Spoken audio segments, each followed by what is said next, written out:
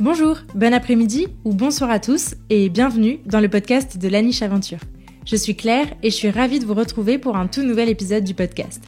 Dans la vie, je suis éducatrice comportementaliste canin et créatrice de contenu sur Internet et ma mission, c'est d'aider un maximum de monde à comprendre son chien. Toutes les 2 semaines, je vous partage mes conversations avec des personnes passionnées autour des divers sujets du monde canin. Mes invités viennent raconter à mon micro les expériences et aventures qu'ils ont vécues avec leurs chiens, leurs réussites, leurs plus beaux moments, mais aussi leurs difficultés et les leçons qu'ils en ont tirées. Juste avant de lancer cet épisode, je vous invite, si ce n'est pas déjà fait, à me soutenir financièrement sur Tipeee si vous le souhaitez, ou plus simplement à vous abonner et à laisser 5 étoiles et un commentaire sympa sur l'émission dans votre appli de podcast préféré. Votre soutien m'aide énormément à faire connaître mon travail au plus grand nombre et je vous en remercie. Pour encore plus de découvertes, de conseils et d'inspiration, je vous invite aussi à vous abonner à ma newsletter en barre d'infos de cet épisode. Et je suis ravie de vous partager aujourd'hui ma conversation avec Lola Burton. Lola est comportementaliste canin spécialisée dans l'accompagnement des chiens dits sensibles, anxieux ou encore peureux. Dans cette discussion, elle nous raconte son parcours avec ses chiens et comment un voyage en Asie a complètement changé sa vie. De son intérêt pour les chiens des rues à son parcours professionnel, Lola nous partage sa vision de l'accompagnement des chiens dits sensibles. Que signifie cette étiquette ? Qu'est-ce qu'un traumatisme ? Comment aider un chien qui se trouve dans cette situation ? Vous saurez tout, ou presque, de ce délicat sujet. Alors que vous soyez déjà humain d'un chien ou que vous vous apprêtiez à le devenir, cet épisode est pour vous. Mais je ne vous en dis pas plus et je vous invite tout de suite à rejoindre ma conversation avec Lola. Salut Lola. Salut Claire. Tu vas bien ? Ça va, merci. Et toi, merci de m'avoir invitée. Merci beaucoup à toi d'avoir accepté mon invitation. Je suis trop contente de te recevoir au micro de La Niche. Surtout que je crois que tu écoutes La Niche depuis super longtemps. Donc ça me fait d'autant plus plaisir de te donner le micro. Bah ouais, depuis le début, j'ai eu la chance d'écouter tes podcasts ton lancement. Très, très bien. Bon, on va commencer par les présentations, si tu veux bien.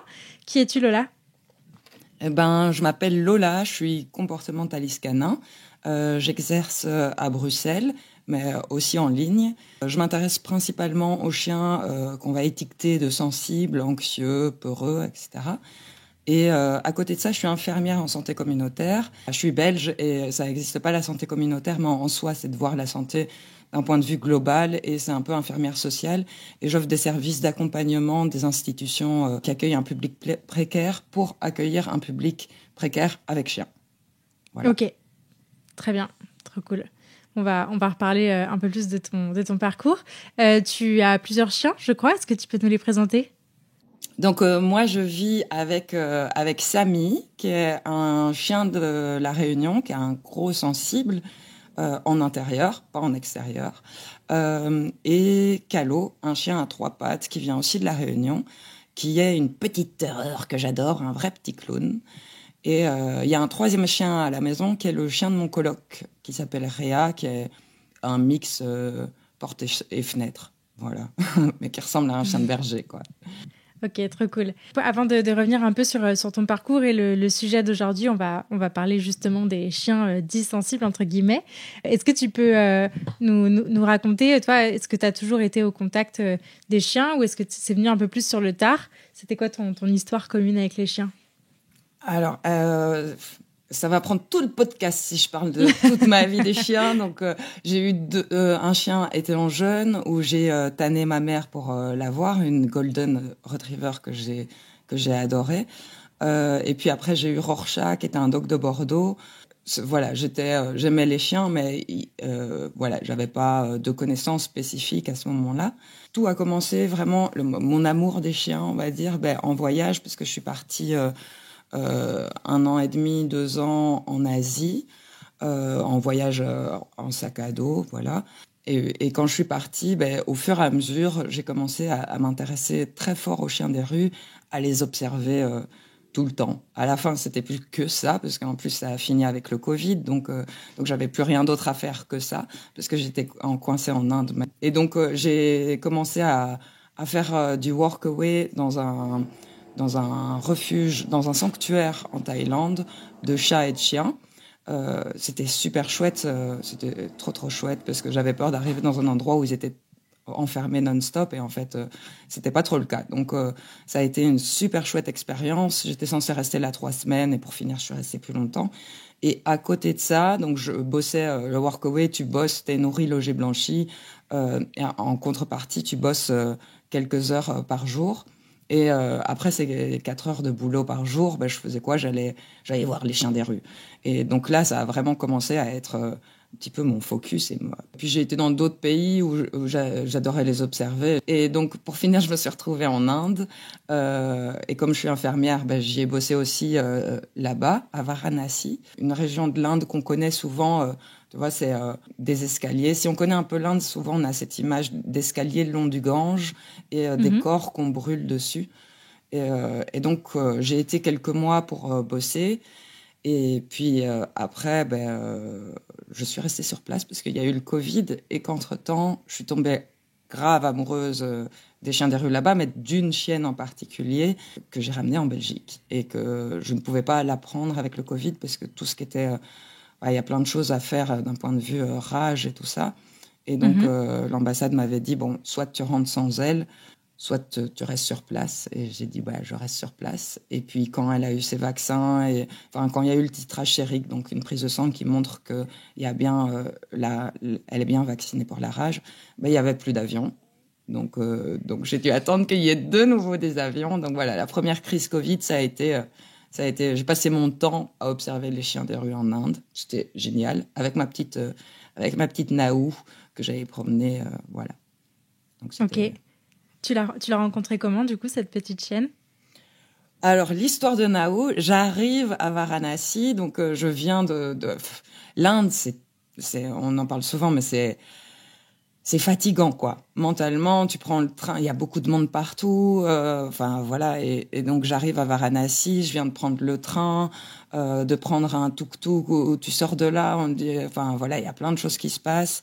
Et pour finir, j'arrive dans cette ville, je suis complètement paumée, complètement. Et là, j'en peux plus puisque tout le monde me propose, et moi, je cherche ma guest house que j'ai déjà parce que je vais travailler sur place. Et donc, à un moment, je suis vraiment trop fatiguée. Je me dis, je vais dans une petite ruelle, je vais me poser 5 minutes, je vais respirer un petit coup là où il n'y a pas de monde, où personne va venir me parler. Et donc, je vais me poser là et il y a quoi? Il y a une chienne avec son long nez. Elle avait un long nez qui arrive comme ça, toute maigrichonne.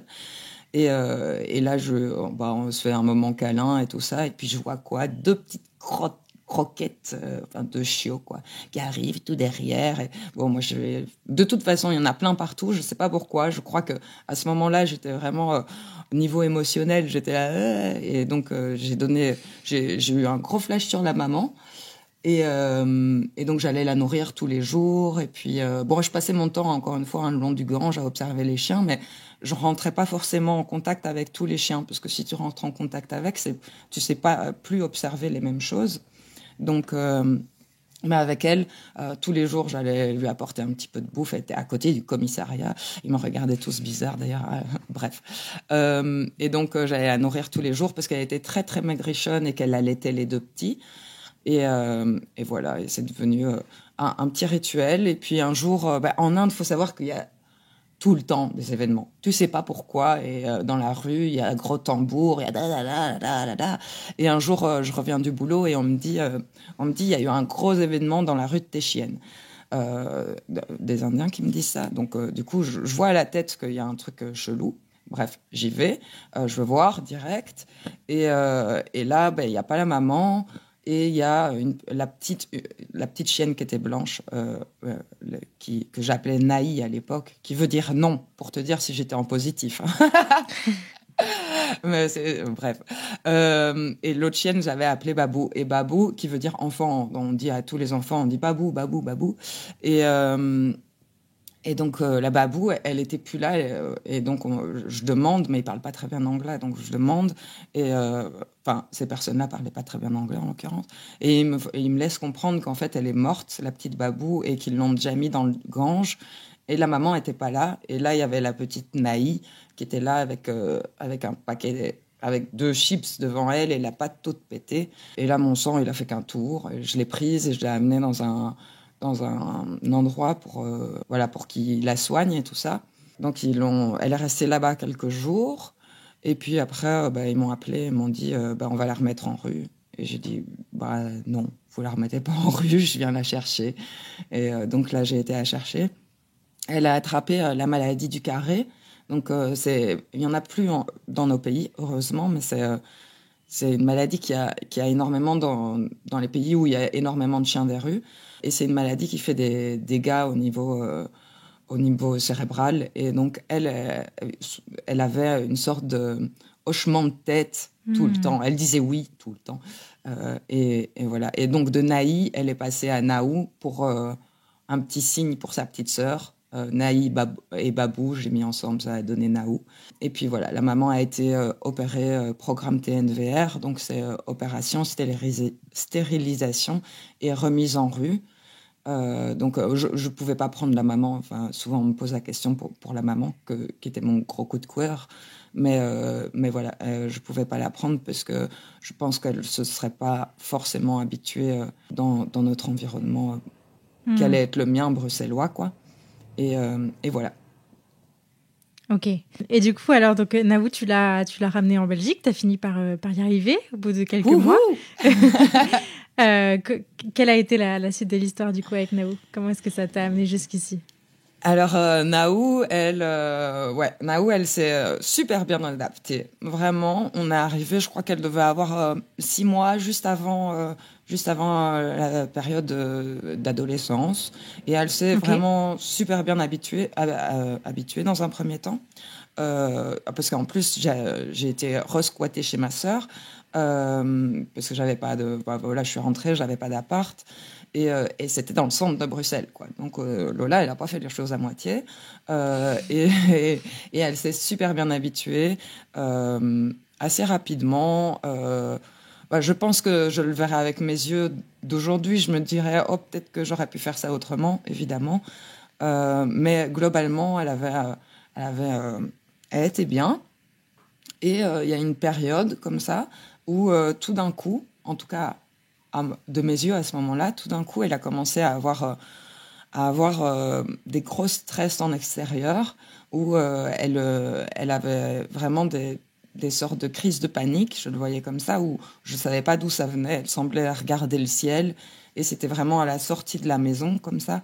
Et bon, c'était un quartier assez dynamique et ça a été très très compliqué de sortir de cette anxiété qui s'était placée, où je me suis un peu posé des questions de ce que je pouvais faire, où je me suis retrouvée un petit peu démunie. À côté de ça, j'avais commencé une formation et j'ai fait des belles erreurs avec elle aussi. Et donc voilà. Et donc ça a été ma première confrontation, on va dire, avec tout ce qui est en lien avec ce que je vais appeler un chien sensible. Et puis elle a commencé vraiment à avoir des phobies en extérieur. Heureusement, ça s'est réglé parce que malgré mes erreurs, il y a eu des choses qui ont été mises en place et qui ont bien fonctionné. Voilà, j'ai le chien d'une amie qui m'a beaucoup aidée, Nina, qui était sa meilleure pote. Et la chance du Covid, à chaque fois, il y avait le confinement. Donc, une bonne gestion d'environnement, trop bien. Il n'y a plus de bruit, il n'y a plus rien. Toutes les boucheries sont fermées. Pourquoi boucherie? Parce que je pense que c'était en lien avec les odeurs de boucherie. J'ai compris ça après. Voilà, donc j'ai une bonne gestion de l'environnement. On a fait du billet, on a changé un peu en optimisme tout ça. Et puis, ça s'est arrangé au fur et à mesure. Et c'est parti à peu près comme c'est venu. Donc, elle a eu une maladie auto-immune où elle se détruisait les muscles... les muscles temporaux et frontaux. Et on a essayé un traitement, ça n'a pas fonctionné. Et donc, j'ai pris la décision de l'euthanasier pour qu'elle parte sans douleur, quoi. Voilà. Ok. Elle avait quel âge à ce moment-là? Elle était très jeune. Elle avait 1 an et quelques mois. Donc ça a été vraiment très difficile. J'ai déjà perdu des chiens, mais le fait que tu t'y attendes pas comme ça, d'avoir, on a vécu des grosses histoires, elle et moi, où on s'est retrouvés coincés en Inde, tout ça. Bien sûr. Et voilà, donc ça a été pas forcément évident de la perdre aussi vite, quoi. J'imagine.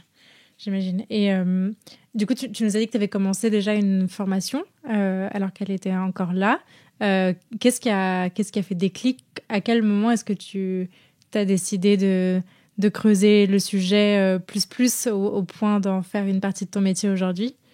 Eh ben, en Inde déjà. Enfin, en Asie, en fait, là, j'ai commencé parce que je dis que c'est vrai que j'ai dit que j'allais observer les chiens des rues, mais j'allais observer les chiens des rues. Je rentrais, je lisais sur les chiens et voilà. Et en fait, là, j'ai commencé à déconstruire toutes mes croyances qui étaient autour de mes connaissances basiques. Mais voilà, avec ma Golden, la pauvre, on a été au dressage quand j'avais 14 ans. C'était la condition pour pouvoir avoir un chien, c'était d'aller au dressage, de la promener tous les jours et tout ça. Donc j'avais, par ce fameux dressage, j'avais des connaissances qui sont pas du tout à jour. Et donc en fait, là, ça m'a interpellée. J'ai commencé à lire, à me rendre compte qu'il y avait plein de trucs qui étaient de l'ordre de la croyance et que j'ai remis en question. Et donc, tout ce moment-là, j'avais plus que ça à faire de ma journée parce que je faisais infirmière, mais c'est très logique. Le centre a fermé quand il y a eu le Covid, donc j'avais plus rien à faire. Oui, voilà. T'as été la seule infirmière au chômage pendant cette voilà, période, pendant le Covid. Mais moi, ça m'a arrangé d'un côté en rapport avec Naou, parce que comme elle était bébé, la solitude, c'était pas. Enfin voilà, ça se travaillait petit à petit, et elle y était pas prête à ce moment-là. C'était trop jeune pour travailler à la solitude, donc ça m'a arrangé. L'air de rien. Et donc là, j'ai commencé à creuser le sujet parce que en plus, j'avais plus que ça à faire. Et en fait, ça m'obsédait aussi. Et puis, je suis rentrée en Belgique et évidemment, ça continuait. Donc j'ai commencé à faire des cours en ligne sur la plateforme Muso, par exemple. Et puis après, j'ai pris un cours que je citerai pas forcément parce que je le recommande pas. Et donc, j'ai commencé à faire cette formation. Et puis voilà, j'ai fait quasi tous les modules. Et puis, Naou est décédée. Et là, j'ai fait une grosse pause parce que je voulais plus entendre parler de chiens. Je voulais plus voir de chiens. Enfin, c'était trop dur pour moi, quoi. Et donc voilà. Et puis après, ça m'a rattrapé très rapidement, on va pas se mentir. Et là, j'ai commencé à lire aussi d'autres choses et je me suis rendu compte qu'en fait, cette formation, j'étais pas en valeur avec ce qu'elle enseignait et puis que les connaissances n'étaient pas forcément non plus très à jour. Bref. Et donc, j'ai pas fini cette formation. En tout cas, j'ai pas passé l'examen parce qu'en fait, voilà, ça m'allait pas. Et j'aurais peut-être dû le faire, hein, mais je l'ai pas fait parce que ça m'intéressait pas forcément d'avoir ça sur mon CV. Donc après ça, j'ai fait des webinaires, des choses. Et puis, j'aurais souhaité faire un mentorat. Et j'étais complètement fan de Géraldine Méry, de Vox Canis, qui est fan des chiens des rues, enfin qui est spécialiste dans les chiens des rues et dans les troubles anxieux. Et donc pour moi, c'était juste trop fan d'elle, quoi. Une star. Une star, de mon monde de chiens, une star, quoi, à fond. Et donc du coup, je pensais pas qu'un mentorat était imaginable avec elle. Et en fait, je lui ai demandé et elle m'a dit oui, avec grand plaisir. Et donc maintenant, ça fait 1 an et demi que je suis mentorée par Géraldine Méry de Vox Canis, donc qui est, elle, un cursus universitaire en Angleterre dans le domaine canin, que tu as déjà interviewé sur les chiens des rues. Exactement, je remettrai le lien de l'épisode si vous ne l'avez pas écouté, il est très intéressant. Ouais. Et donc voilà. Et après, j'ai lu énormément d'études. Je me suis vraiment passionnée là-dessus sur des bouquins. Enfin, j'ai lu des bouquins, des choses comme ça, mais j'avais quand même envie d'avoir un petit papier certifiant parce que c'est aussi important d'avoir des certifications, même si ça fait pas tout évidemment. Et à ce moment-là, j'étais un peu plus au tout début où j'étais avec Géraldine Méry, j'étais un peu plus dans l'ABA. Et donc du coup, j'ai fait Suzanne Friedman. LLA, Living and Learning with Animal. Et puis voilà. Et là, je viens de finir Trauma Informed Pet Professional de Daniel Shaw, que j'ai beaucoup aimé. Et puis j'ai évidemment commencé depuis un petit temps, enfin je dis évidemment, c'est parce que pour moi, dans ma tête, il ne faut pas que j'oublie, l'ISCP, donc là qui est une formation un peu plus conséquente, qui demande beaucoup de temps et qui demande de faire des travaux à côté. Et voilà, donc j'avance depuis un petit bout de temps là-dessus. Je suis en retard, mais je vais me rattraper. Voilà, donc petit à petit, celle-là, elle est plus fameuse. Donc c'est une autre histoire. Ok. Super intéressant. Donc, du coup, ta spécialisation, c'est vraiment les chiens des rues et chiens dits anxieux, sensibles, etc. C'est ça. Ce qui est intéressant, c'est que finalement, c'est vraiment le sujet de départ, quoi. C'est ça qui t'a amené en Asie voir des chiens. C'est ça qui a guidé tout au long de ton parcours. Et c'est aussi, j'imagine, ce que tu rencontres avec tes chiens aujourd'hui. Du coup, comment est-ce qu'ils sont arrivés, eux, dans ta vie, en parallèle de tout ça? En parallèle de tout ça, il y a Naou qui est décédé. Et en fait, je me suis dit, il faut pas prendre un chien trop vite, parce que c'est un petit peu ce qu'on me dit. On me dit, il faut que tu fasses ton deuil. Heureusement, parce que comme j'ai pas fini mon deuil, 3 ans plus tard, j'en aurais pas, quoi. Donc, à un moment, je me suis dit, tu sais quoi, on s'en fiche, tu ressens le besoin. J'ai ce besoin de chien, en fait. Je trouve que ma vie est nulle sans chien. Et donc, là, je me suis dit, bon, ok, c'est pas grave, Lola, tu vas prendre un chien, ok, qui ressemble pas du tout à Naou. On va dans les critères physiques complètement inverses. Mais si tu as besoin de ça pour t'épanouir, et en fait, peut-être que ça va t'aider aussi à traverser tout ça. Et tout ça. Donc voilà. Donc là, j'ai décidé que j'allais adopter un autre chien. J'ai pris un mâle pour qu'il ressemble pas trop à Naou. Premier chien mâle, d'ailleurs, dans toute mon histoire.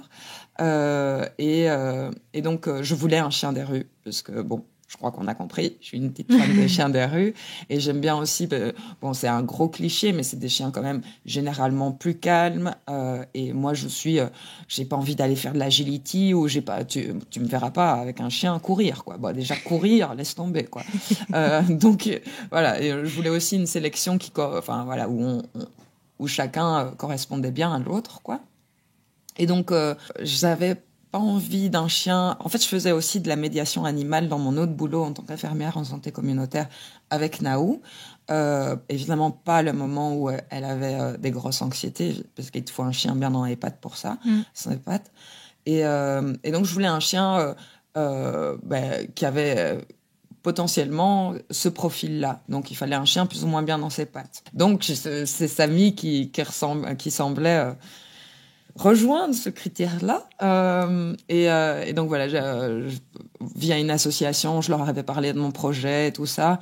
Et j'ai été plus vers la Réunion plutôt que vers des chiens de la Roumanie, parce qu'à ce moment-là, ça me semblait mieux correspondre. Donc j'ai été vers la Réunion, et où il y a aussi des chiens des rues, donc c'est français. Et puis voilà, je l'ai adopté. J'ai adopté le petit Samy. Et il n'a pas montré tout de suite que c'était un chien sensible, un petit peu, hein, parce qu'il avait peur des bruits et des choses comme ça en intérieur. Mais voilà, c'était un chien qui a été retrouvé en rue, très très très maigre. Ça, on dirait plus aujourd'hui, hein, mais je te jure, très très maigre, et qui allait aller en fourrière et donc être euthanasié avant qu'il soit récupéré par cette assos. Et donc voilà, il est venu à la maison, mais je pense qu'il avait jamais connu avant ça une maison à part entière. Et puis c'est un chien qui semble avoir vécu des gros traumas, en fait, au niveau des bruits. Et oui, des choses dont il a peur, comme même encore à l'heure actuelle, quand je mets une gamelle d'eau au sol, il est très éloigné, je la dépose, il va attendre que l'eau ne bouge plus, il va aller boire. Donc il y a des trucs encore qui restent à l'heure aujourd'hui, hein, et voilà, ça reste un gros sensible. Mais je l'ai vu qu'au fur et à mesure, en fait. Okay. Il est arrivé petit, du coup, Samy, ou il est arrivé adulte? Ah non, j'ai eu Naou petite. J'ai fait tous les trucs de chiot du monde. Je l'ai adorée, cette chienne, mais j'étais pas prête à revivre la. Oh non, non, non. D'ailleurs, je sais pas si un jour j'aurai encore des chiots. J'adore les chiots de mes clients et de mes amis, mais c'est fatigant, c'est éreintant. Et donc, j'étais pas. À ce moment-là, j'avais plus trop envie de chiot. Et donc, non, il est arrivé, il devait avoir 2 ans, quelque chose comme ça.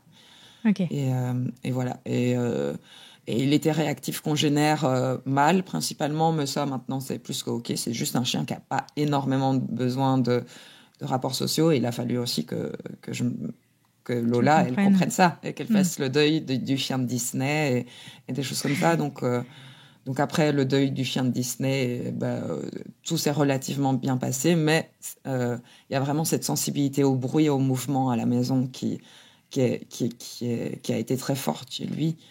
Et voilà. Et qui est toujours là, hein. Ça restera sans doute à vie, mais avec des des petits moyens mis en place au niveau de sa qualité de vie. On a réussi à travailler ça et je lui offre plus de prévisibilité, etc. Ok. Et ma petite caca, c'est Calo, du coup. C'est ma petite chienne à 3 pattes. Après un an que j'avais Samy, je me suis réveillée un bon matin et je voulais une chienne, une nouvelle chienne, petite. Et en fait, je suis pas infirmière pour rien. Je travaille pas dans le social pour rien. Je voulais un chien handicapé. Je sais pas pourquoi. Je me suis réveillée, je me suis dit, je sais pas pourquoi j'ai envie d'un chien handicapé, mais je voulais pas qu'elle meure tôt, parce que voilà. Et en fait, je pense que je l'avais vue sur Facebook et que j'avais pas réalisé et que ça a dû faire un truc dans ma tête, parce que je me suis réveillée et je me suis dit, je veux un chien à 3 pattes. Je sais pas, c'était trop bizarre. Et le même jour, j'ai vu ça sur Facebook, après, Calo sur Facebook, et je me suis dit, donc il a dû avoir un truc inconscient. Elle vient aussi de la même assoce que Samy. Maintenant, j'ai arrêté de suivre ses pages Facebook pour pas que je me retrouve avec 6 chiens. Conseil. Voilà. En fait, la gestion tips. d'environnement, oui, c'est ça.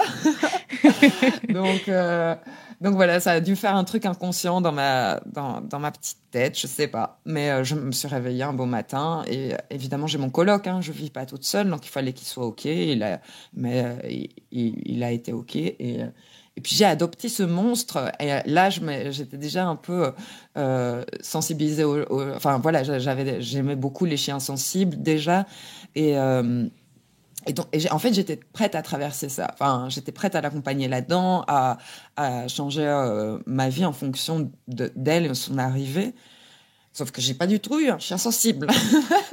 Ok. J'ai eu un Jack. Ah ben, tu sais ce que c'est. Un Jack Parson, quoi.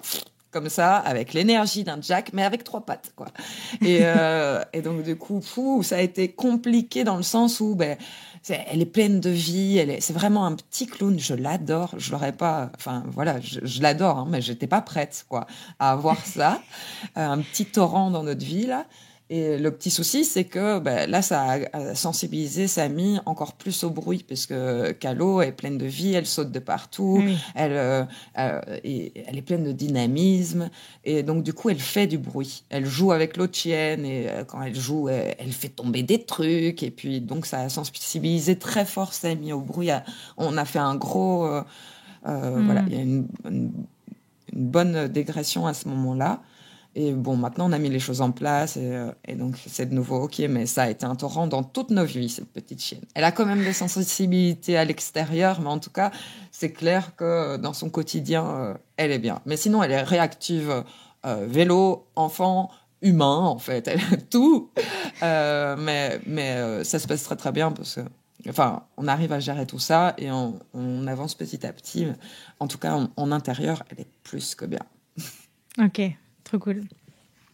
Bon, trop chouette. Du coup, je te propose qu'on passe un peu dans le vif du sujet de l'épisode d'aujourd'hui, qui est cette fameuse sensibilité. Pour commencer, comment est-ce que tu définirais, toi, un chien dit sensible, peureux, anxieux? Qu'est-ce que ça veut dire, ces termes-là? Alors c'est une belle étiquette que je mets parce que je trouve que c'est compliqué parce que de vraiment cibler exactement ce que c'est. Donc c'est une belle étiquette qui rassemble pas mal de choses en fait, la sensibilité. Et moi c'est ce qui me semblait le mieux correspondre, même si c'est très variant d'un chien à un autre. En fait, si on veut être exact, ce que moi j'appelle un petit peu la sensibilité, la sensibilité de nos kikis, un chien sensible, c'est plutôt un chien que moi j'étiquette. Je vais plus parler de troubles anxieux en fait. Mais quand on parle de troubles anxieux, je pense que les personnes se sentent un peu moins concernées là-dedans, ou que ça fait très vite diagnostic et que ça peut faire très vite peur. Mais donc du coup, on va dire qu'en tout cas pour moi au quotidien, c'est des chiens stressés de façon aiguë ou chronique, où il va avoir un éventuel trauma. Ça peut être des chiens où on va plus aller vers un petit peu ce qu'on nommerait des comportements comme dépressifs. Donc voilà, c'est un peu toute cette palette-là que j'appelle. Donc c'est plutôt, moi ce que j'appelle des chiens sensibles, c'est des chiens même quand il y a réactivité, où en fait l'émotion principale va être liée à la peur. Voilà. Ok. Je traite un peu moins même si ça peut être en lien aussi, hein, mais je traite un peu moins de la frustration. C'est moins des thématiques qui me parlent et c'est plus vraiment lié à tout ce qui est peur. Peur. Ok. Ce qui est intéressant et peut-être ce qui nous parle beaucoup, nous, en tant qu'éduc, mais peut-être moins des particuliers ou des néophytes qui écouteraient cet épisode, c'est effectivement cette notion d'étiquette qu'on met ou qu'on ne met pas pour qualifier un chien. Est-ce que tu peux peut-être y revenir? Parce que je crois qu'on n'en a jamais parlé dans le podcast et c'est quand même c'est assez intéressant, je pense, et ça s'y prête bien. Ouais. Alors, l'étiquette, pour moi... elle peut être positive comme négative. Donc l'étiquette, c'est quoi? C'est de dire qu'un chien est comme ça. Donc sous la plus connue, c'est mon chien est dominant. Et qui n'est pas vrai, hein. Mais je veux dire ou mon chien est têtu. Toi, tu es un Jack Russell, tu vas voir sur la fiche des Jack Russell, et puis il est mis chien têtu. Et donc mettre une étiquette, c'est définir quelqu'un avec un mot où en fait il faut réaliser que tout comportement a une fonction. Et en fait, en mettant cette étiquette-là, on peut oublier que, en fait, on voit qu'avec ce prisme-là, ça devient problématique parce que on veut plus, on veut pas travailler, on va pas travailler ce rappel ou on va pas travailler telle chose. Pourquoi? Parce que, en fait, de toute façon, il est comme ça. Alors que non, il n'est pas comme ça. C'est juste le comportement, il a un but, il a une fonction. Et voilà, il y a toutes des choses à faire pour essayer de le renforcer ou de le travailler, de faire de la gestion d'environnement. Il y a plein de choses à faire. Mais en tout cas, mettre l'étiquette, c'est définir notre chien et ça nous empêche parfois de voir plus loin. Mais à contrario, ça peut être super utile, par exemple, chez les humains aussi, quand on a une neurodivergence ou quand on a des troubles... je sais pas, dépressif en fait, ça peut aider de mettre une étiquette et de se rendre compte qu'en fait, on n'est pas anormal. C'est des choses, voilà, on est différent, par exemple, avec la neurodivergence. On n'a pas le cerveau, entre guillemets, et très vulgarisé, qui fonctionne de la même façon. Et c'est OK, en fait. Et on va pouvoir aussi faire un travail là-dessus, sur nous-mêmes, et comprendre que c'est pas grave. Et c'est la même chose avec les chiens. Se dire, avoir une étiquette, parfois, ça permet de travailler, je sais pas, de se rendre compte que notre chien est sensible et que... c'est une bonne question en fait, mais l'étiquette, je pense qu'elle peut être utile pour le chien, même pour.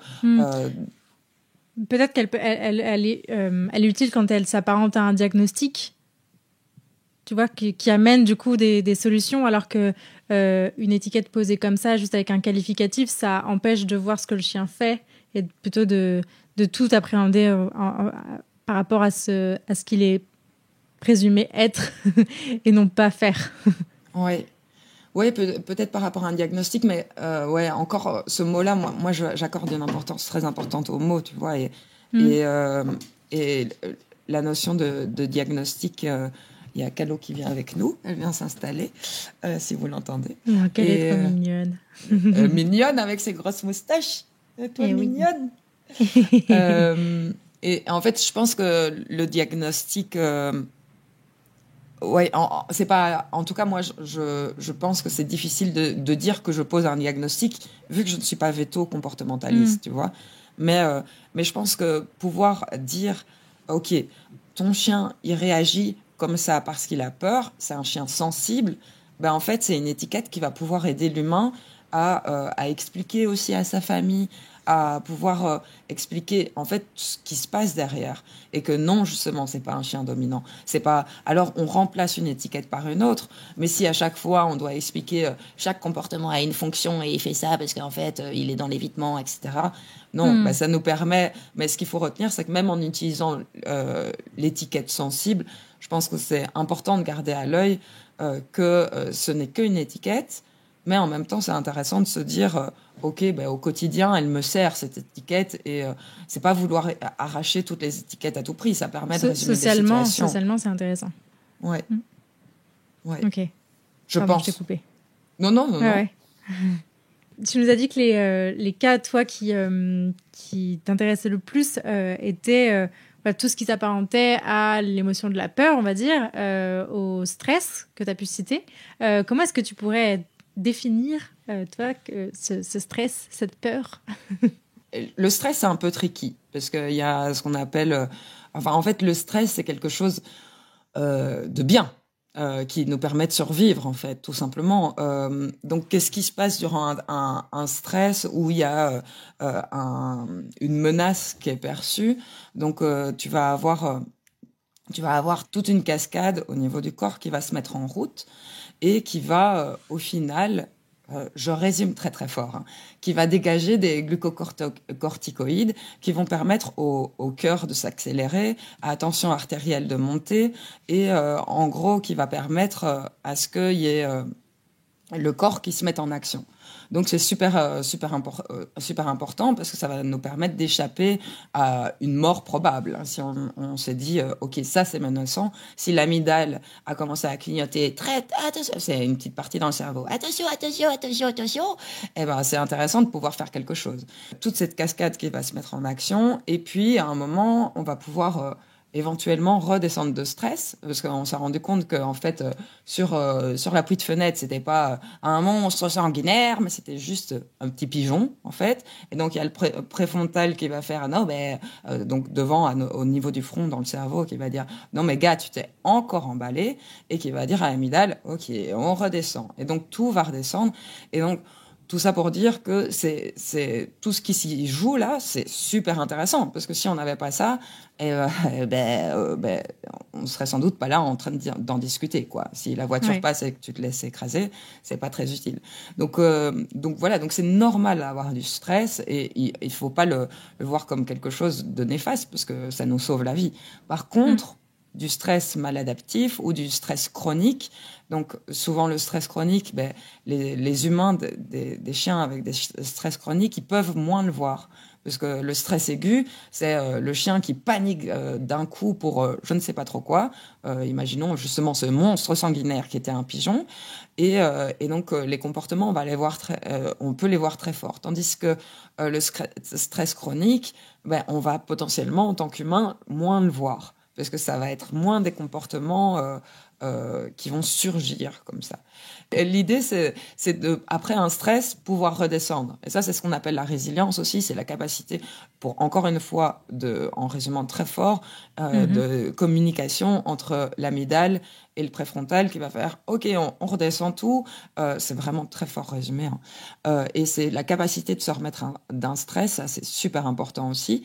Tout ça pour dire que quand du stress chronique ou pour vraiment, encore une fois, très fort vulgariser, la peur d'avoir peur, l'anxiété est en place, en fait c'est néfaste pour la santé physique et émotionnelle, et ça impacte aussi au niveau cérébral, quoi, parce que plus on a peur, en fait, plus on est susceptible d'avoir peur. Donc, plus on met cette cascade en action, plus cette cascade est susceptible de se mettre en action. Donc, en fait, souvent, on parle de, justement, quand notre chien est réactif ou a des peurs de beaucoup de choses, on va parler de travailler en contre-conditionnement et en désensibilisation systématique. Mais le problème, c'est que, de toute façon, sans avoir pris le temps de s'intéresser d'abord à ce stress, à redescendre la pression, à revenir à ce qu'on appelle la baseline, donc revenir à l'état basique de notre chien, en fait, on aura beau travailler ça, si on n'arrive pas à lui fournir à ça, si on s'intéresse pas à plein de choses en parallèle, en fait, on va un peu pédaler dans le vide, quoi. Ouais, c'est hyper intéressant. Et tu as commencé à nous citer un peu les risques du stress. Souvent, quand on arrive chez des clients et qu'on est appelé pour des problématiques, comme tu disais, de réactivité ou de peur d'un truc, etc., souvent, et c'est certainement humain, mais le problème est vu d'un point de vue humain, justement, en « ça me dérange parce que mon chien fait ça ». Alors qu'il y a aussi beaucoup de risques intrinsèques qui potentiellement peuvent impacter le chien. Est-ce que tu peux nous en parler un peu de ces risques à avoir un chien qui reste dans un état anxieux ou très stressé comme ça de manière chronique? De manière chronique, les dommages, ils sont ils sont déjà, comme on le disait, le stress amène du stress.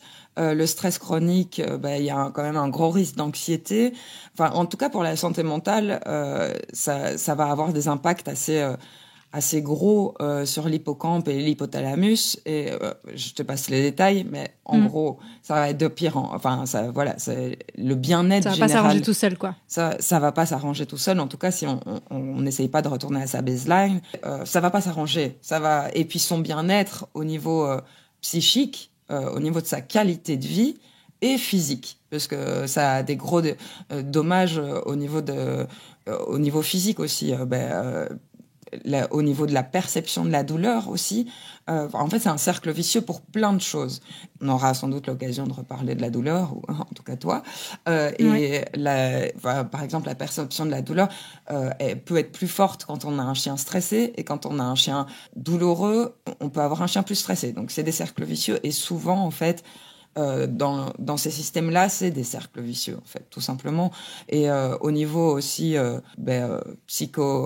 cardiaque, en fait, il y a plein de dommages au stress. C'est comme chez l'humain, en fait. On parle souvent des effets néfastes du stress. En fait, c'est la même chose chez nos kikis, quoi.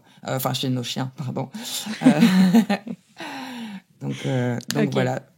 T'as dit une chose intéressante, c'est que généralement les gens nous appellent pour un problème bien précis, et quand on se rend compte qu'il y a un niveau de stress, un niveau de sensibilité qui est tel qu'en fait on va pas pouvoir traiter le sujet là tout de suite maintenant, il va déjà falloir faire redescendre la pression.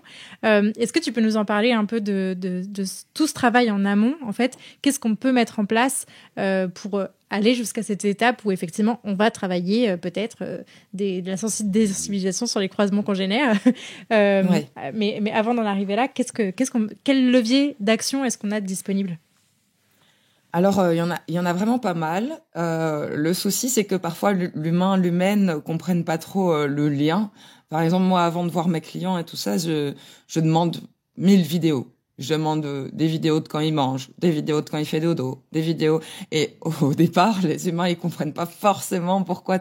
Non, mais je l'appelle parce que mon chien est actif, congénère.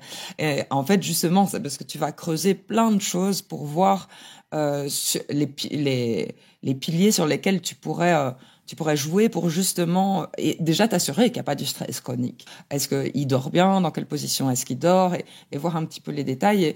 Et au niveau de tout ce qu'il y aurait à faire dans l'iceberg, il y a 36 milliards de choses à faire. Hein, mais les plus globaux que moi, je vais essayer de voir, en tout cas, ça va être de s'intéresser à la relation, déjà, avec l'humain.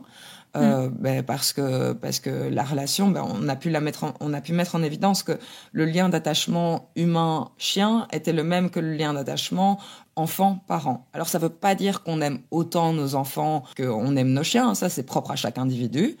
Ça veut juste dire que ce petit fil qui relie mon cœur à celui de mon chien, il est exactement composé, il est composé des mêmes hormones que celui de l'humain et de son enfant. Donc, c'est juste ça que ça dit. Et donc, on peut mettre en rapport tous les liens d'attachement comme avec les enfants. Avoir une relation sécure avec son chien, ce sera une importance clé. Et donc, comment est-ce qu'on fait pour avoir un lien sécure?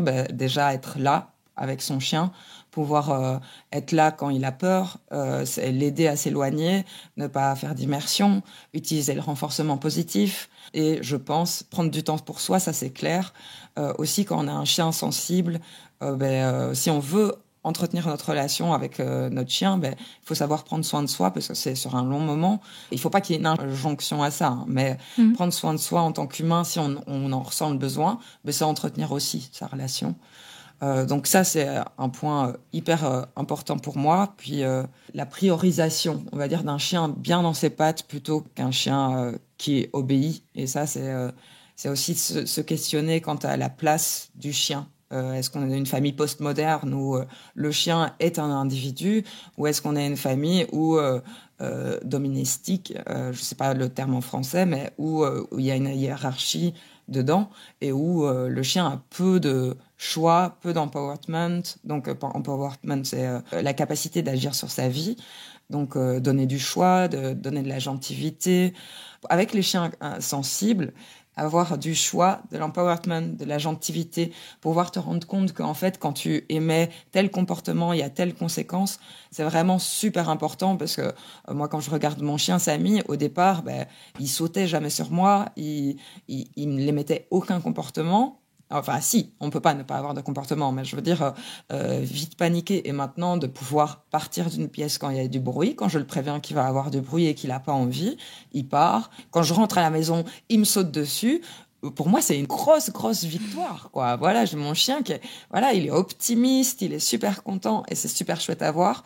Donc, c'est des points à aller voir aussi, s'intéresser. Ouais, c'est vraiment ça, à l'optimisme du chien. Ça, c'est super intéressant. Comment est-ce qu'il interagit avec un nouvel objet? Est-ce qu'il est plutôt pessimiste, optimiste? Et c'est des choses qu'on va pouvoir travailler indirectement, en fait. Et tant qu'on change pas les lunettes justement, de comment notre chien voit le monde, en fait, il faut d'abord jouer sur son quotidien. Voilà, s'intéresser au sommeil. Le sommeil est primordial. Voilà, c'est super important dans le stress de pouvoir redescendre.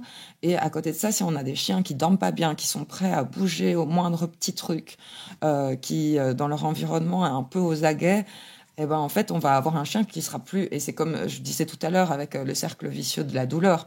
En fait, moins ton chien dort, plus il est stressé, moins bien il dort. Donc, enfin voilà, c'est vraiment aller voir tout ça, tous ces petits éléments-là. Qui paraissent petits, mais en fait, qui sont super, super, super importants, en tout cas à mes yeux, quoi. Voilà, parce que... ah oui, et le jeu. Camille en parlait de Playway, et ça va beaucoup aider la relation aussi, parce que quand on parle de jeu, moi je parle pas de lancer la balle à son chien qui va la chercher, qui revient. C'est vraiment jouer chien. Alors il y a le chien qui peut jouer tout seul, ça aussi c'est très bien. Le chien qui peut jouer avec des congénères, s'il est social, non réactif et qu'il aime ça, c'est super bien aussi. Et puis jouer avec l'humain, façon chien, façon Playway justement. Et ça c'est Playway, peut-être qu'on pourra mettre un lien. Oui. Par rapport à ça.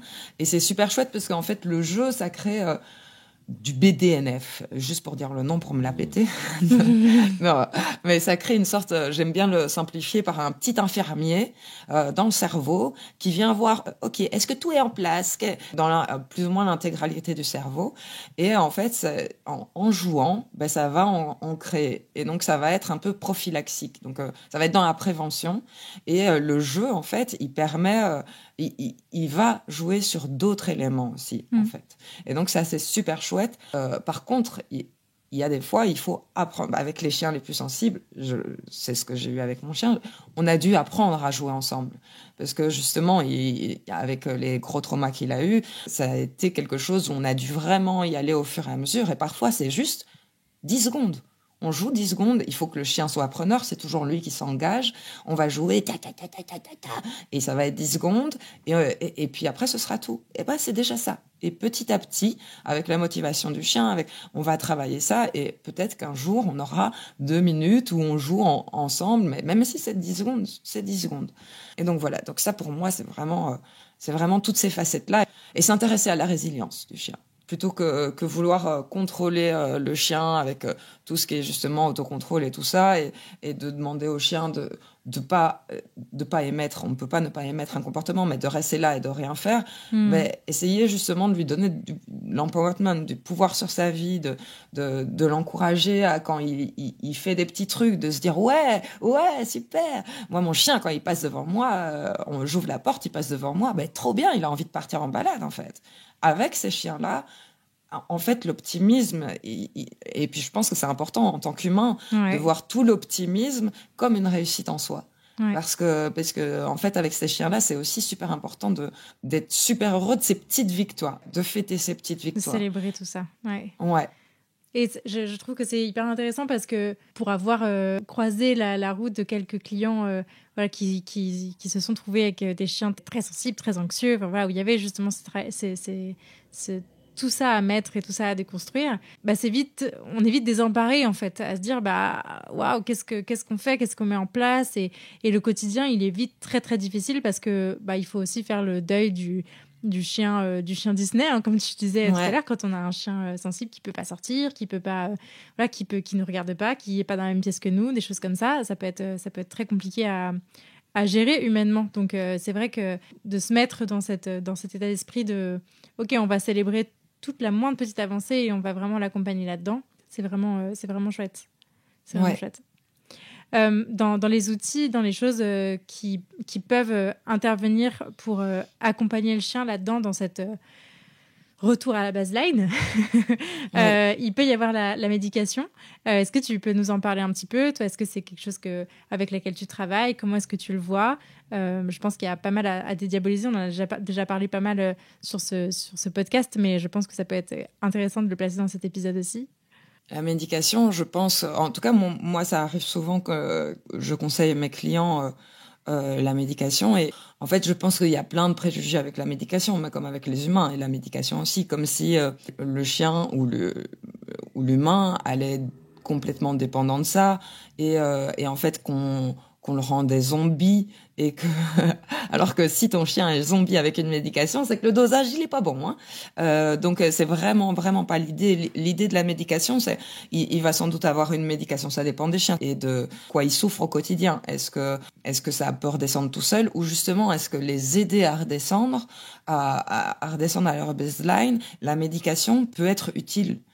C'est la grosse question à se poser. Et la grosse question, c'est surtout quel est le bénéfice, quel est le risque. Voilà, faire la balance bénéfice-risque.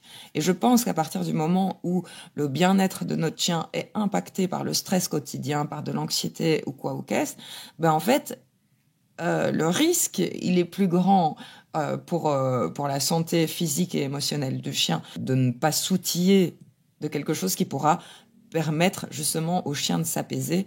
Et c'est juste une béquille en soi. C'est juste une béquille. Et il peut avoir ces béquilles qui vont aider justement à la création d'optimisme, à ce que ces stress soient moins ancrés. Enfin voilà, il va avoir tous ces outils-là. Et puis bon, j'ai pas parlé avant de ça de la gestion de l'environnement aussi, parce que évidemment, ce sera identifier un peu le trigger, donc ce qui rend notre chien comme ça, ce sera essentiel, et de faire de l'arrangement d'environnement, donc d'essayer de faire en sorte qu'il soit plus au quotidien face à cet élément qui lui fait peur. Et parfois, en fait, la médication, elle va être utile aussi quand justement on ne sait pas faire de l'arrangement d'environnement, on ne sait pas gérer ça. Mais de toute façon, même s'il y a du bon arrangement d'environnement, en fait, c'est juste une béquille pour redescendre. Et faut vraiment se poser cette question-là. Qu'est-ce que sont les risques, mais les réels, hein, pas ceux qu'on croit qui va rendre zombie et tout ça. Peut-être aller voir un ou une comportementaliste vétérinaire ou en parler avec sa comportementaliste déjà, voir quelles sont les options et puis juste en discuter, de savoir ok, quels sont les effets indésirables de ce médicament, quels sont les plus, quels sont les moins, et vraiment de s'interroger sur cette question-là. Mais ce qu'il faut réaliser, c'est que le stress chronique, il a un gros impact. Et que de toute façon, il y a peu de chances qu'une médication, si elle, évidemment, est donnée par un véto-comportementaliste, et pas plus de bénéfices que de rester dans un stress aussi intense. En fait, il faut qu'on dédiabolise, à mon sens, la médication, qui est juste une béquille, et qu'on se rende compte au quotidien que le stress chronique a un gros impact. Donc, en fait, pour moi, il y a deux trucs à voir. C'est que c'est pas si grave, la médication. Enfin, c'est pas grave du tout. C'est une super béquille. Et arrêter de se dire, ah ouais, mais enfin, combien de fois j'entends pas des choses, oh, il fait encore son cinéma quand un chien a peur. Et en fait, de se dire que les animaux en rajoutent et, oh, mais non, il a pas à avoir peur. Mais en fait, qui décide de ce qui fait peur? C'est le chien. Donc, si pour le chien, ce stress, il est là de façon chronique, il faut le prendre en soin. C'est une question d'éthique, c'est une question d'éthique, mais aussi de s'occuper de son chien, c'est répondre à ses besoins de base, en fait. La sécurisation, c'est un besoin de base. Et si pour la sécurisation, on a besoin d'une médication, à mon sens, ça devrait résonner. Je ne sais pas si tu vois ce que je veux dire, ça devrait faire sens. Oui, complètement. Il y avait d'autres choses que tu voulais amener sur ce sujet de la sensibilité qui te paraissent un peu sous-côté, dont on ne parle pas assez? Alors, ouais, il y en a un. En fait, déjà, quand notre kiki, je dis toujours kiki avec Instagram. C'est très bien. C'est toi. Quand notre kiki, il a vécu un stress, pour essayer d'éviter que ça se modifie en un stress aigu. Et en fait, il faut essayer que ça se change pas en trauma. Donc un trauma, c'est quelque chose qui va avoir un impact au niveau émotionnel, cérébral pendant plus de 3 semaines. Et donc pour essayer que ce gros stress ait le moins d'impact, il y a des petits conseils après un gros stress qu'on peut mettre en place. C'est par exemple privilégier des activités, oui, parce que c'est super important les activités après un stress, mais calme. Donc on va éviter le footing, on va éviter l'agility, on va éviter les trucs très intenses, parce que dans ces moments-là, l'idéal ce sera d'essayer de pas la cascade qu'on parlait tout à l'heure, de pas l'activer. Et le sport intense l'active. Donc on va privilégier les balades où le chien sent beaucoup. On va privilégier évidemment ça peut être des activités olfactives à la maison. On va compléter évidemment, j'en ai pas parlé, mais les besoins de base de notre chien qui vont des activités apaisantes telles que lécher, mastiquer, sentir. Ça on en parlait, qui vont compléter l'éthogramme de notre chien. Donc voilà, ça va être vraiment la priorité. Encore une fois, on veut pas activer cette cascade, donc on va éviter tout ce qui est excitation, et donc on va éviter tout ce qui est autocontrôle. Encore une fois, les exercices d'autocontrôle. De toute façon, Daniel Shaw, donc dans ma dernière formation que j'ai fait, il revient là-dessus, et pas directement les autocontrôles, parce que ce terme-là, c'est pas vraiment celui-là utilisé en anglais, mais il explique qu'en fait ces autocontrôles, elles sont pas utiles pour le chiot déjà. Il vaut mieux même les éviter, parce que justement au niveau du préfrontal, ils sont très très nuls pour ça, et qu'on va les éviter avec les chiens avec des traumas. Donc les autocontrôles, c'est les exercices où on descend la nourriture et puis on la relève si le chien revient, même si on fait en errorless, donc en renforcement. C'est pas des comportements qu'on devrait travailler. C'est pas des éléments qu'on devrait travailler avec nos chiens avec des traumas. On va plutôt les éviter. Et justement, on va lui donner de la gentilité et tout ce qu'on parlait tout à l'heure. Donc voilà. Donc se rappeler que le sport intense et l'excitation sont à essayer de proscrire dans ces moments-là. Donc privilégier des activités de calme, faire une safe zone. Si notre chien en a déjà une, c'est super, mais vraiment si on peut mettre un peu de reggae, un peu de musique classique, ou si notre chien a l'habitude qu'on écoute des podcasts et qu'il dort quand on écoute La Niche Aventure, on peut lui mettre La Niche Aventure en fond. Voilà, des petits endroits, on va surtout essayer qu'il se détende un maximum, quoi. Donc ça, c'est vraiment après un gros stress, on va privilégier ça.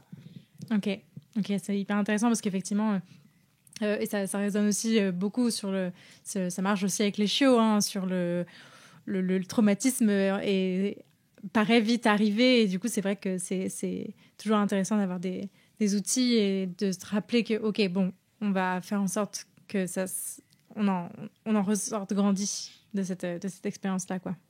Ouais. Et juste pour tant qu'on parle de traumatisme, c'est juste pour expliquer, le traumatisme, c'est comme c'est pas juste un chien c'est déjà énorme, mais un chien qui se fait battre, ou un séisme, ou un truc comme ça. Le trauma, ça peut être ne pas compléter les besoins de base de notre chien. Ça peut laisser des impacts pendant plus de 3 semaines.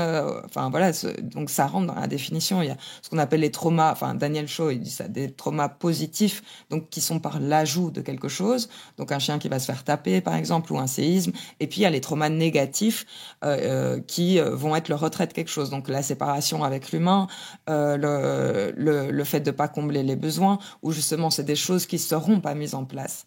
Donc le traumatisme, c'est pas que comme la violence non éducative ordinaire, mais tout ça pour dire que c'est pas que un truc énorme, un trauma.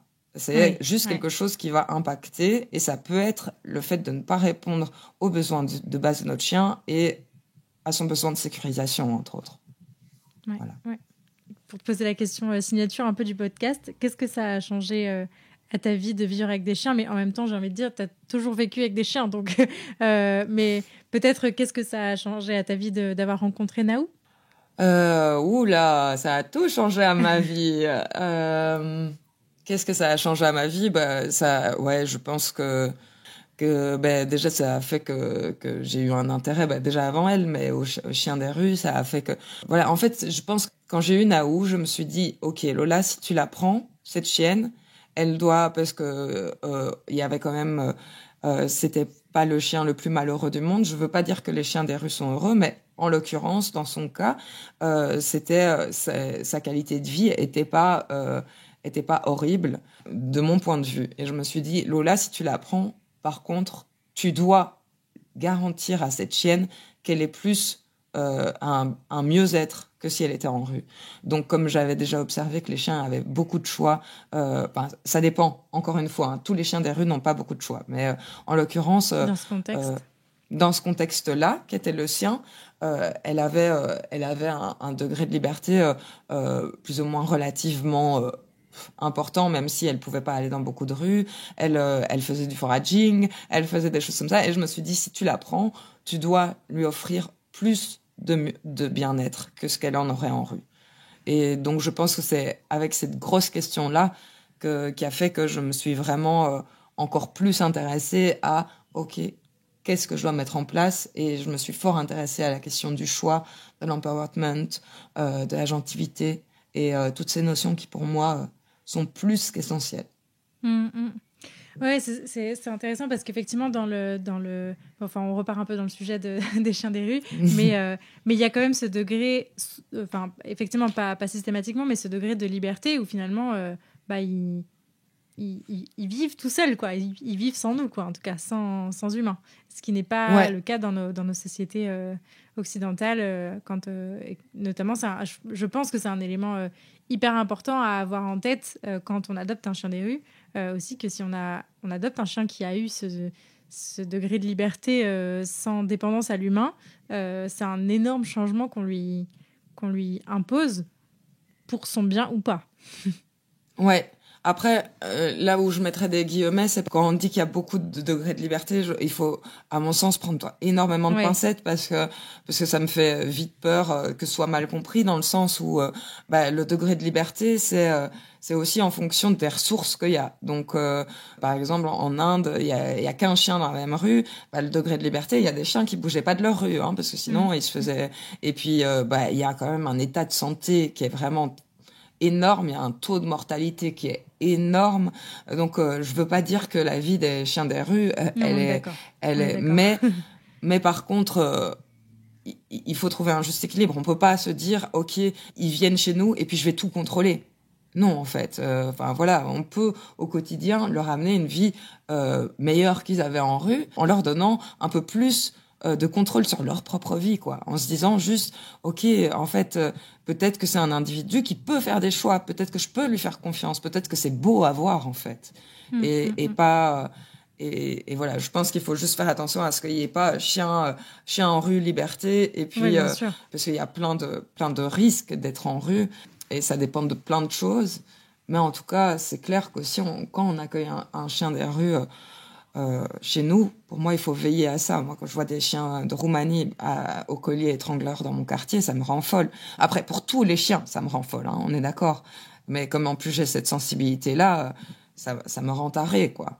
Ouais. Ok. Est-ce qu'il y a des ressources que tu aimerais partager à nos auditeurs sur ce sujet ? Il y a évidemment le blog de Vox Canis, de Géraldine Méry, avec plein d'articles. Au niveau du stress, il y a un super livre, mais malheureusement, il est en anglais, Stress Factor in Dogs, de Christina Spalding. Sinon, je dirais d'aller voir Krisha Stewart, tout ce qui est BAT, Behavior Adjustment Training. J'aime beaucoup cette méthodologie-là pour travailler avec nos chiens réactifs. Et puis, comme ça, de tête, Playway. Et c'est à peu près tout de tête, comme ça, je dirais. Ok, parfait. Trop bien. Bon, après, il y a plein de trucs. Hein, mais... Oui, j'imagine qu'on peut creuser le sujet. Mais chaque ressource en amène d'autres. Behavior Vet, j'allais oublier Behavior Vet aussi. Ils ont plein mais toujours en anglais, mais ils ont plein de webinaires super intéressants. Et évidemment, pour celles et ceux qui sont intéressés pour avoir Trauma Informed Care, il y a aussi Daniel Shaw qui donne un cours là-dessus qui est assez intéressant, je trouve. Ok, trop cool. Bah, trop bien. Merci pour ces ressources. On notera tout ça. À qui est-ce que tu passeras le micro pour un prochain épisode? Oh là là, j'ai 3 noms. Okay. J'ai réfléchi, j'ai 3 noms. Alors, j'aurais envie de passer le micro à, je vais pas citer le nom, mais c'est ma sœur. Mais je vais pas citer le nom de son magasin parce que sinon ça fait commercial. Mais c'est un genre de magasin qui répond aux besoins des chiens, qui met des harnais, qui vend pas tout ce qui est pas éthiquement bon pour le chien. Et je trouve que c'est super, ces petites boutiques-là, ce qu'elles font au quotidien, c'est-à-dire être un petit peu le premier levier. Il y a des gens pas sensibilisés à l'éducation positive et en fait, elles sont cette première arrivée. Donc, je trouve ça magnifique parce qu'il faut être patient, purée, parfois, et savoir prendre sur soi. À côté de ça, sinon, au niveau d'une autre personne que j'aurais envie d'inviter, c'est les premières personnes concernées. Moi, c'est mon boulot en tant qu'infirmière. L'autre boulot, c'est de donner le micro. On a une émission de radio d'ailleurs. Donner le micro aux personnes concernées. Et j'aurais eu envie d'inviter Amandine de Petit Courageux qui s'ignore, qui, je trouve, a fait. C'est une particulière, hein, donc c'est pas une pro, mais elle s'est beaucoup intéressée à la question. Elle a mis beaucoup de choses en place pour le mieux-être de son kiki. Elle a eu un travail de réflexion sur elle-même. Qui est juste bluffant, que je trouve très très touchant, cette personne et toute son histoire. Et enfin, le troisième nom, ce serait, je t'avais dit, ce serait Marie de Dog Day, pour qu'elle parle un petit peu de l'information que tu peux avoir quand tu vas vers des médecines alternatives et comment regarder ça avec un œil un petit peu plus objectif. Voilà. Okay. Et elle aime beaucoup les biais cognitifs et je trouve ça très intéressant aussi. Donc voilà. Ok, trop cool. Tu pourras choisir, tu auras le choix. J'aurai du choix et j'aurai de quoi aller creuser tout ça. Trop cool, trop bien. Ouais. Bon bah chouette. Et où est-ce qu'on redirige du coup les auditeurs qui souhaiteraient découvrir ton travail, te suivre, voir un petit peu ce que tu fais? Alors, j'ai ma page Instagram, pas très originale, elle s'appelle Lola Burton. Voilà, comportement canin. Et j'ai mon site internet qui s'appelle Lola Burton. Et puis c'est à peu près tout. Voilà. Okay. Ah oui, j'ai mon Facebook qui s'appelle Lola Burton aussi. Ok, trop cool. Trop bien. Bon, bah, merci beaucoup, Lola, en tout cas, pour ce super moment. C'était hyper intéressant. J'ai trop hâte de faire le montage de cet épisode, comme d'hab. Yes. Merci beaucoup, en tout cas. Merci à toi de m'avoir accordé du temps. C'était super chouette. Et puis, je suis super ravie d'avoir eu ce micro. Voilà. Trop bien. Trop cool. À bientôt. Salut. Merci beaucoup de vous être joint à ma conversation avec Lola et de l'avoir écoutée jusqu'au bout. J'espère que ce nouvel épisode vous a plu et si c'est le cas, je vous invite à en parler autour de vous et à le partager sur les réseaux sociaux en nous taguant @lolaburton.comportementcanin et @lanicheaventure. Pour enrichir votre écoute, ne rien rater des prochaines sorties et pourquoi pas vous faire accompagner dans l'éducation de votre chien, n'hésitez pas à visiter mon site, à soutenir mon travail sur Tipeee, à vous abonner à la newsletter et à me rejoindre sur les réseaux sociaux. D'ici là, prenez soin d'eux, prenez soin de vous et je vous dis à la prochaine!